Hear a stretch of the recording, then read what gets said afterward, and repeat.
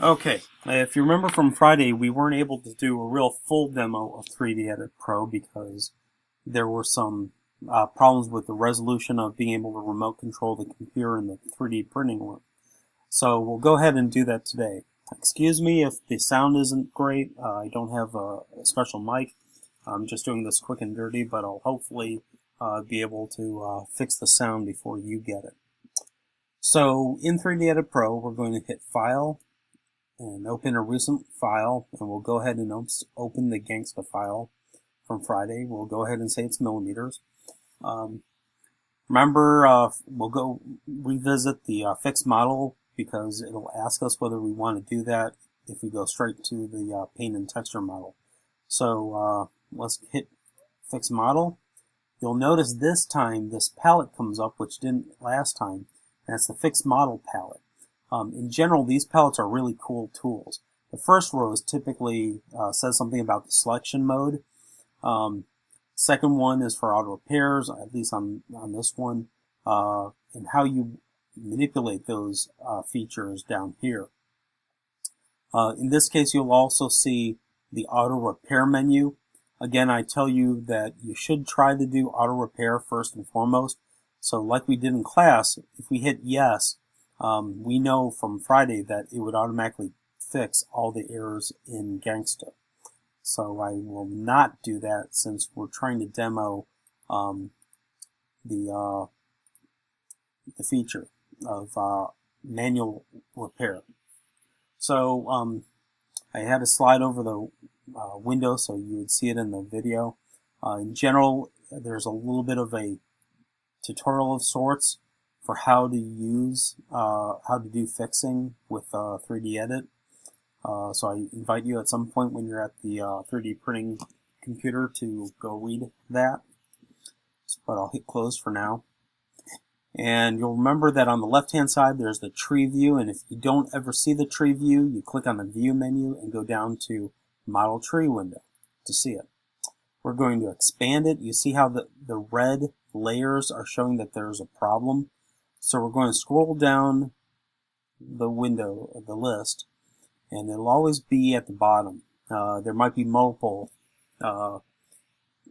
facets that are causing problems. In this case, it's just the very last one, and it says it's gaps. So there's a gap or a hole in part of the surface. In this case, it's saying the problem is actually with the polyline. So we're going to select it. Now, if we didn't have this ability to select the entire problem on the left-hand side, we would need to use the selection mode on the right. But we're not going to need that, again, since we have it selected. We're not going to do automatic repair. We're going to go ahead and do gap filling. And we'll try with the first one on the left, ending with triangles. It's not going to work, so you'll see how it didn't work for me. Then I get a weird error message, the info message that doesn't really say anything. If you want that to go away, you can hit the little X box on that message. Now we'll try the second one. And the second one says select two gap curves using multi-selection. We actually don't have two gap curves, we just have one. So that tool is not going to work for us. The one that we actually want is this third one, where the command will work on the selected object and it will create a solid out of it. Now we don't want to do it just automatically because we have the entire gangsta selected. We want to again open it up, expand it, go all the way to the bottom, pick just the polyline that's the problem. And then we'll come back and we'll do that third one, and we'll see if that works. Selection mode is set to shell level for easier graphical selection. Fine. Offset the selected model. Offset model one gangsta verified. Just go ahead and say yes. It'll give you some options for wall thickness and stuff. You just let it go and hit OK typically. And it'll process, and when it's done, it will go ahead and finish. And hopefully, if everything goes well, you'll see that it fixed the object on the left-hand side. Everything has been repaired. So we'll go on to coloring now, the actual main reason for actually even doing this tutorial today. Let's see. So we'll go over to paint. Oh, by the way, I should be showing you this. So you can left click and drag the mouse to rotate around the object. To zoom in, you use the scroll wheel to scroll down, to scroll in, scroll up, to zoom out. And if you hold the shift key while you are left clicking and dragging the mouse, it will pan around the object for you. So if I want to zoom in on the foot, for example, I can hold the shift key down and drag until the foot is near the middle, and then I can zoom in with the scroll wheel. Okay. And then of course I can still just left click and drag to again rotate around that foot. Okay. So I'm going to zoom out with the shift, and then just so I can see the entire gangster. So you'll need to practice how you move around in the software. In general, whether it's Mac or Windows, different programs will do it slightly differently, whether it's like a left click and drag or a right click and drag, whether you're using any of the shift control, option, command, alt keys. So you need to try some of those out and just explore them as you're getting used to different software. As I said, they'll be very different whether you're using a SketchUp, Freeform, 3D Edit, 3D Pro, Tinkercad, SolidWorks, all of the various tools that are available. So we're going to do the coloring now. So we'll click on the Paint and Texture tab. It's going to say Display Mode should be set for 3D Printer Color Mode for painting and texturing. Do you want to do that? Yes. In general, when you see that pink haze of your object, it means that you're in the Fixing Model mode. And as soon as you hit yes, it'll go to the printing mode. And you'll see that because we've never added any color, because we had imported an STL file that has no color information, the whole object is going to appear white. If you needed to do that manually to show the printing mode,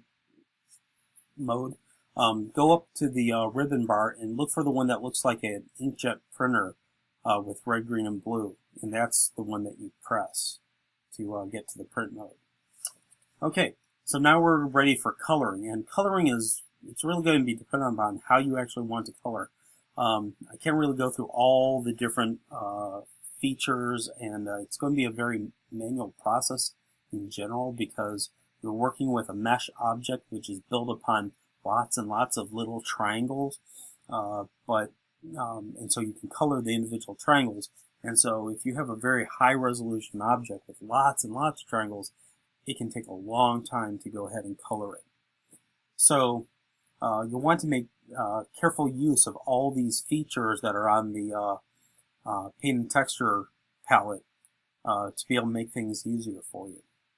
So what I like to do first is pick the color that I'm going to be using, just because it's problematic to do it later. So click on the color on the left one, and you can pick a color, and of course you can do custom colors and make swatches, but I'll just pick a nice pink, hot pink, and hit OK. And I'll see that that's the color that you're going to paint with. Now, selection. If you do the one on the far left, you're going to be selecting the entire object and painting that. And so you'll see what happens if I go ahead and do that. Click on the painting palette, and it'll immediately color the entire Gangsta hot pink. Okay, so if we didn't want to do that, I can do Control Z to undo that. Now you'll notice that the second selection mode is where it'll pick a group of an object, a shell, which for here I don't think is going to matter because it is just one shell. If we color it, you'll see how it's just going to color the whole thing. It didn't do it automatically though. I had selected it, I selected the color palette, painting palette, and then when I clicked, it picked it. But because the entire Gangsta is one shell, one printable object, it's going to color the whole thing hot pink. So in this case, it doesn't really matter whether I had done the first selection or the second one. Okay, and to exit out of the painting mode, you right click. A lot of the information is given to you down in the big help text area. So please read those as you're doing this. You can actually read it now while I'm talking.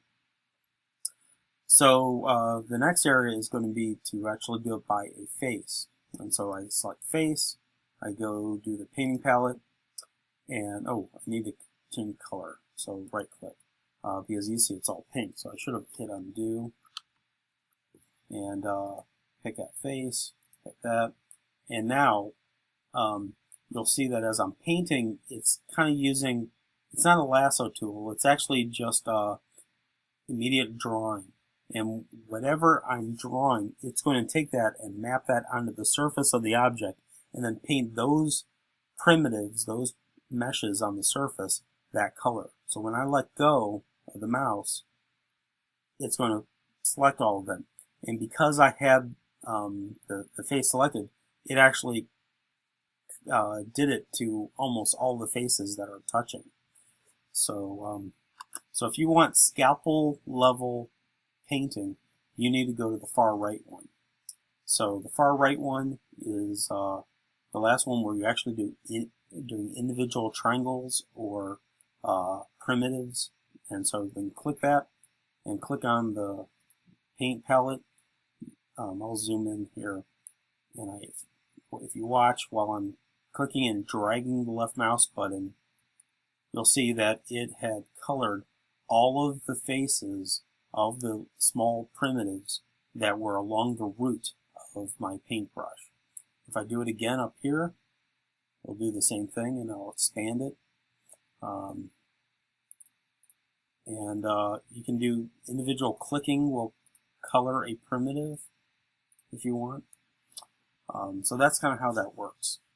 And if I right click, it ends doing that. And so that's really how you do your painting. So there's not a heck of a lot to it, but in general, you can alter the way you have your printer selected and how things are being added by using that second row there. I invite you to explore doing that and doing your own painting. So imagine, if we had a very complex object, if you wanted to color the face, for example, it's going to take a lot of work to be able to do that. And maybe some going back and forth between coloring some pieces and coloring other pieces. So have fun, good luck, and enjoy your work with 3D Edit.